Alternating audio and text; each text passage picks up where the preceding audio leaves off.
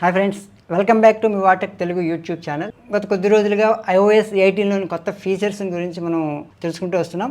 iOS 18 అనేటువంటిది iOS 17తో పోలిస్తే ఒక పెద్ద అప్డేటు, అనేక కొత్త ఫీచర్స్తో, అంటే 120కి పైగా కొత్త ఫీచర్స్ని మనకు అందిస్తున్న ఒక పెద్ద అప్డేట్ కింద మనం iOS 18 చెప్పుకోవచ్చు. ప్రస్తుతం అది బీటా టెస్టింగ్లో ఉంది.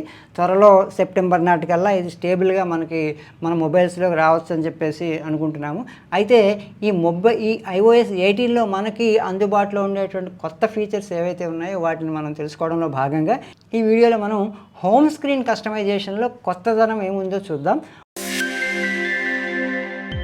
హోమ్ స్క్రీన్ని మనం రకరకాల పద్ధతుల్లో మనకు అనుగుణంగా హోమ్ స్క్రీన్ ఎడిట్ చేసుకునేటువంటి ఆప్షన్ని మనకు కలిగజేశారు. ఇప్పుడు మనం హోమ్ స్క్రీన్ మీద లాంగ్ ప్రెస్ చేసినప్పుడు ఇక్కడ ఈ ఐకాన్స్ యానిమేట్ అవుతూ ఎడిటింగ్కి మనకి అందుబాటులోకి వస్తాయి. ఇక్కడ ఈ ఎడిట్ బటన్ బదులు ఇదివరకు iOS 17లో ప్లస్ సింబల్ మాత్రమే ఉండేది. ఇందులో మనకి ఎడిట్ బటన్ ఇచ్చారు. ఎడిట్ బటన్ మీద క్లిక్ చేసిన వెంటనే మనం కొత్తగా విడ్జెట్స్ని యాడ్ చేసుకోవాలా, లేకపోతే ఉన్న హోమ్ స్క్రీన్ కస్టమైజ్ చేసుకోవాలా అనేటువంటి 2 ఆప్షన్స్ వస్తాయి. Add widget, customize. ఈ కస్టమైజేషన్ చేసుకోవడానికి మనం కస్టమైజ్ మీద క్లిక్ చేసినప్పుడు మనకి కింద 4 ఐకాన్స్ వస్తున్నాయి. అందులో ఆటోమేటిక్ అంటే డిఫాల్ట్ ఐకాన్స్ మనకు కనిపిస్తాయి. డార్క్ మోడ్ ఐకాన్స్ కింద, లైట్ మోడ్ ఐకాన్స్ కింద కూడా మనం వీటిని కస్టమైజ్ చేసుకోవచ్చు. అంటే ఐకాన్స్ని డార్క్ థీమ్ గాను, లైట్ మోడ్లో కూడా మన ఐకాన్స్ని పర్మనెంట్గా సెట్ చేసి పెట్టుకోవచ్చు. మన ఈవినింగ్ సన్సెట్కి డార్క్ మోడ్లోను, సన్ రైజ్కి లైట్ మోడ్లోను మనం ఆటోమేటిక్గా మనం దాన్ని సెట్ చేసుకుంటూ ఉంటాం ఐఫోన్లో మన యొక్క కలర్స్ ఈ థీమ్ని.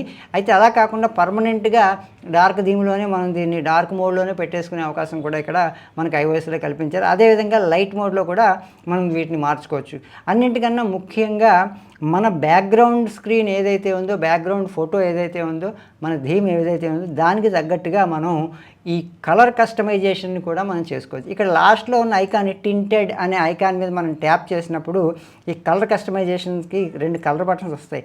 మన బ్యాక్గ్రౌండ్ యొక్క ఫోటో యొక్క కలర్కి అనుగుణంగా వీటిని మనం డ్రాగ్ అండ్ డ్రాప్ చేసుకుంటూ వీటి కలర్స్ని చేంజ్ చేసుకునేటువంటి అవకాశం ఉంటుంది. మనకు బ్లూ కలర్ కావాలంటే, బ్యాక్గ్రౌండ్ థీమ్ బ్లూ కలర్లో ఉందంటే బ్లూ కలరు, పింక్ కలర్లో ఉంది కాబట్టి వాటిని మనం పింక్ కలర్లోకి అలాగా కస్టమైజ్ చేసుకుని మనం మార్చుకునే అవకాశం ఉంది. అంటే బ్యాక్గ్రౌండ్ థీమ్ అంటే బ్యాక్గ్రౌండ్ ఫోటో మనం ఏదైతే పెట్టుకుంటామో దానికి తగ్గట్టుగా మన ఐకాన్స్ కలర్లను కూడా కస్టమైజ్ చేసుకునేటువంటి అవకాశాన్ని iOS 18లో మనకి కల్పించడం జరిగింది.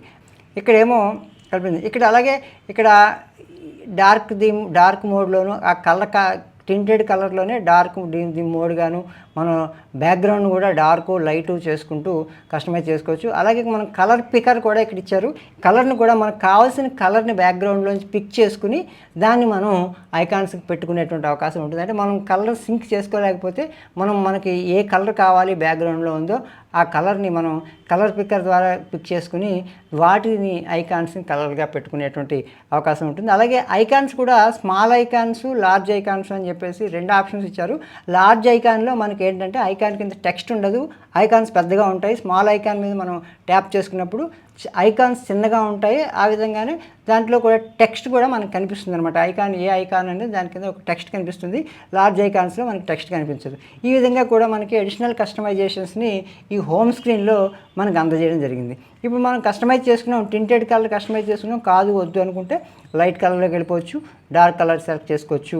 లేదు మనకి డిఫాల్ట్ ఐకాన్స్ నచ్చాయి అంటే మనకి ఆటోమేటిక్ మీద మనం ప్రెస్ చేస్తే ఐకాన్స్ డిఫాల్ట్లోకి వచ్చేస్తే మనకి ఐఫోన్ డిఫాల్ట్ ఐకాన్స్ మనకి కనిపిస్తాయి. ఈ విధంగా మన హోమ్ స్క్రీన్ కూడా iOS 18లో మనకి నచ్చిన విధంగా మనం కస్టమైజ్ చేసుకునేటువంటి అవకాశం ఉంటుంది. అదేవిధంగా మనకి విడ్జెట్స్ని కూడా యాడ్ చేసుకోవడానికి రకరకాల విడ్జెట్స్, కొత్త షేపుల్లో విడ్జెట్స్ కూడా మనకి అందుబాటులోకి వచ్చాయి.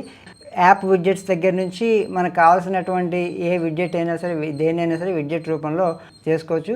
ఫర్ ఎగ్జాంపుల్ మనకి మ్యూజిక్ని ఒక విడ్జెట్గా యాడ్ చేసుకోవాలనుకుంటే యాడ్ విడ్జెట్ అన్న వెంటనే మనకి అక్కడ మ్యూజిక్ విడ్జెట్ యాడ్ అయింది. దాన్ని మనం కావాల్సిన సైజులో కస్టమైజ్ చేసుకునే విధంగా మనకి హోమ్ స్క్రీన్ వీలు కల్పిస్తుంది. ఇక్కడ ఈ స్క్వేర్లో బోల్డ్గా కనిపిస్తున్న భాగాన్ని పట్టుకుని మనం డ్రాగ్ చేసుకుంటూ పోతే వాటి సైజెస్ని మనం తగ్గించుకోవచ్చు, పెంచుకోవచ్చు.